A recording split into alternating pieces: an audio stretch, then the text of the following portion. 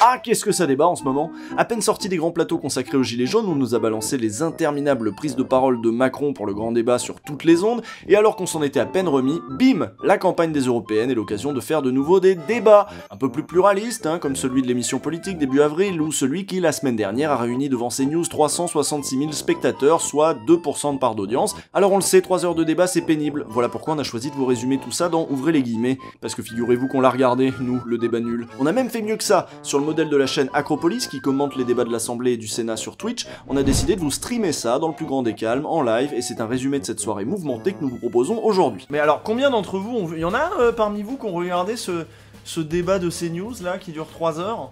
Non, hein, personne a regardé. Eh ben on va regarder ensemble. Allez, on va lancer la merde là.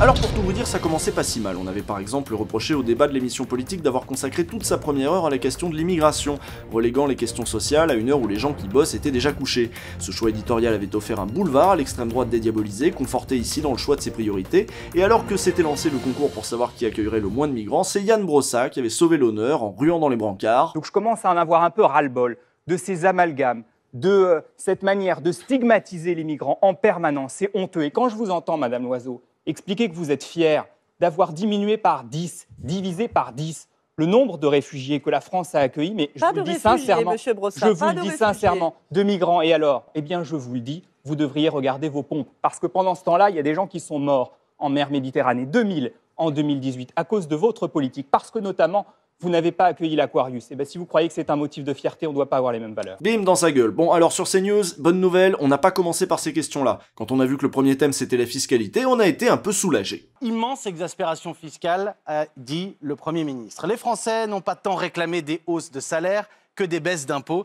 Et c'est aussi la problématique du consentement à l'impôt qui est posée avec cette crise. Cette question, où va notre argent? Ils prennent tous leurs fiches. Débattre, où va notre argent? Mais on le sait très bien où va notre argent.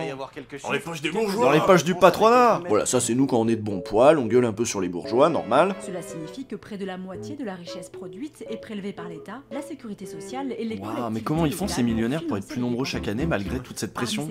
Mais la pression fiscale c'est un truc de fou. Mais ouais. Cette façon d'amalgamer l'assurance chômage, les retraites, la sécu et de mettre tout ça dans les prélèvements obligatoires, déjà ça m'avait un peu chauffé, mais au moins on allait parler d'économie et pas de submersion migratoire. Puis, on a donné la parole à Nicolas Dupont-Aignan. Et là, on s'est dit qu'il fallait qu'on reste sur nos gardes. Qu'est-ce qu'on propose à Debout la France? C'est des choses très simples. On est les seuls à avoir chiffré, suite à la crise des Gilets jaunes, un plan de réduction des gaspillages, mais drastique. Mais pas en s'attaquant, comme ça avait été fait avant, aux infirmières, aux policiers, en s'attaquant à la fraude sociale, notamment les fausses cartes vitales, les salauds en pauvres là. au coût de l'immigration. L'immigration, voilà. Bien. Il a tenu, bien. Il a tenu un petit peu quand même. Très bien. Il a tenu combien? Il a tenu 1 minute 10 quand même sans parler d'immigration. C'est pas mal, sur un débat sur la fiscalité, c'est très bien, bravo. 1 minute 10 donc, c'est pas mal. Quand est venu le tour de la Le Pen, on s'est demandé si elle arriverait à faire aussi bien. Alors elle a bien commencé sur la fiscalité, hein, pas de problème, et puis fatalement... Par exemple, moi je vais vous dire ce que je crois.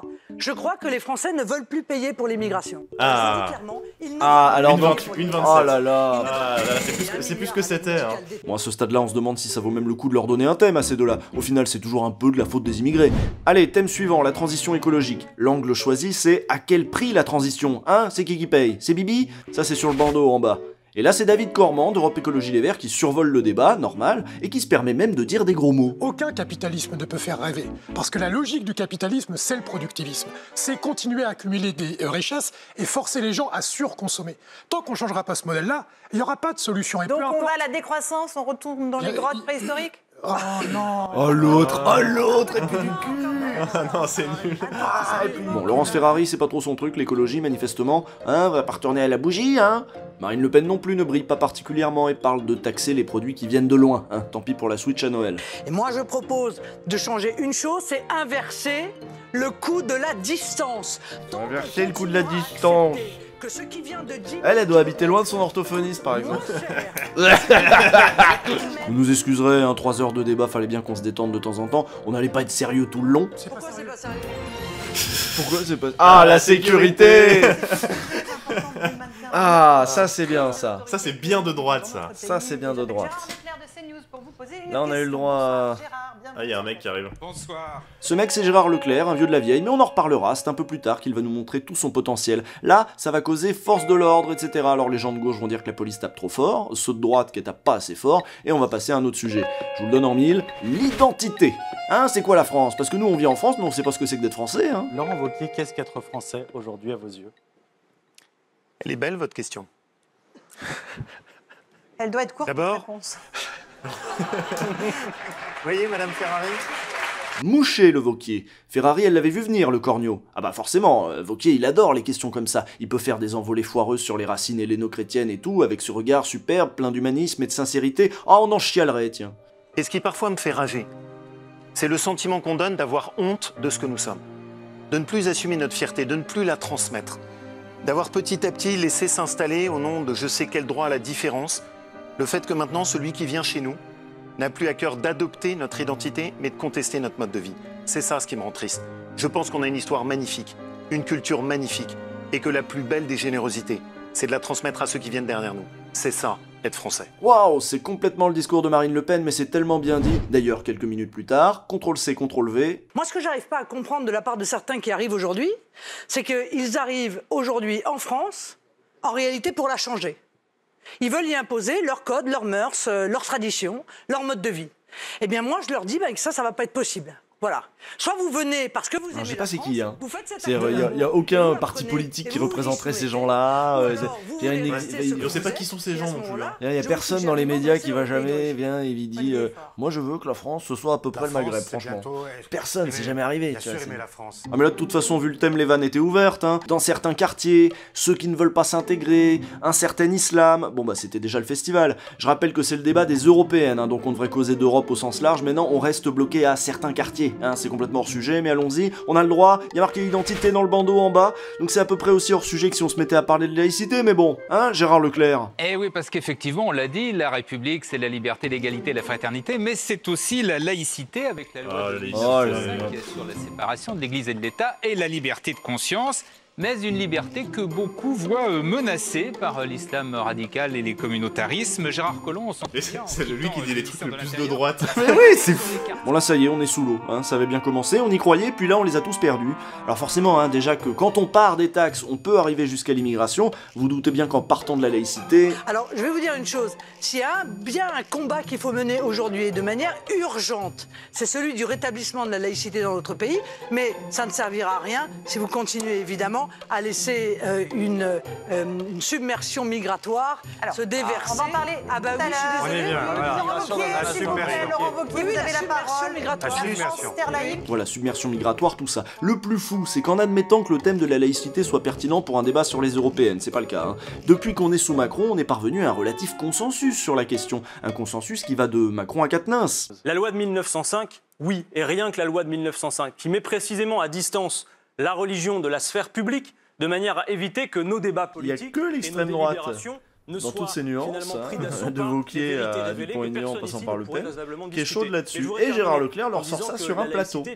Et heureusement, on a fini par changer de sujet, alors vous allez voir, c'est spectaculaire comme changement de sujet. On va passer à un des dossiers clés de ce scrutin européen, la question de l'immigration qui voit s'affronter deux visions en Europe, l'Europe forteresse. Oh non, elle ressort le vieux fake sur cette question. On va faire le point tout de suite sur les chiffres avec ce court sujet. Les chiffres. Avec Isabelle Horry. Non mais franchement... Cormand il est comme nous quoi. Alors, et c'est reparti. Alors on a mesuré, hein, c'est 31 minutes qu'on va passer sur Europe passoire ou Europe forteresse. Non mais rien que le titre. Vous préférez quoi, une forteresse ou une vieille passoire de merde? Ils ont donc réussi à faire pire que France 2 en multipliant les thèmes majeurs de l'extrême droite. On a vu que Cormand était grave saoulé, mais il n'était pas le seul. Quatennens a parfaitement exprimé ce qu'on a ressenti à ce moment-là, avec des chiffres en plus. En la matière aussi, il faut désenfumer. Regardons précisément. Entre 2015 et 2016, on a, aux portes de l'Union européenne, 1,2 million de demandeurs d'asile. Ça fait 0,2% de la population de l'Union européenne. 2 réfugiés pour 1000 habitants. Regardons en France, en 2017, 100 000 demandes d'asile, 30 000 ont été acceptées, ça fait donc 0,06% de la population française. Vous pouvez mettre tous les quotas que vous voulez. Quand on voit que depuis les années 2000, à peu près 30 000 personnes sont portées disparues ou mortes en traversant un fossé, je ne pense pas qu'on puisse faire plus grand, que celui de la Méditerranée, qui est devenu un véritable cimetière. Je crois que vous pouvez faire ce que vous voudrez, vous ne réglerez pas la question. Voilà, moi ça me flingue. On en a déjà parlé ici dans un épisode où on est allé à la rencontre des migrants à Lyon. Quand des gens prennent tous les risques, qu'ils engagent leur vie pour échapper à un conflit, échapper à la misère, échapper à la persécution politique, survivre ou faire survivre leur famille, bien sûr qu'on doit les accueillir. Peu importe les considérations électorales du moment. Seulement voilà, on a créé un climat de merde. La faute à la droite qui court après le Rassemblement national qui ne parle que de ça. La faute à Macron qui refuse l'Aquarius, ou à Castaner qui reprend texto la rhétorique de l'extrême droite qui consiste à dire que les ONG sont complices des passeurs, et la faute à des médias comme CNews ou France 2 qui entretiennent ce débat qui n'a pourtant pas lieu d'être. Un copain malicieux a mesuré précisément le temps accordé ce soir-là à chaque sujet, et c'est édifiant.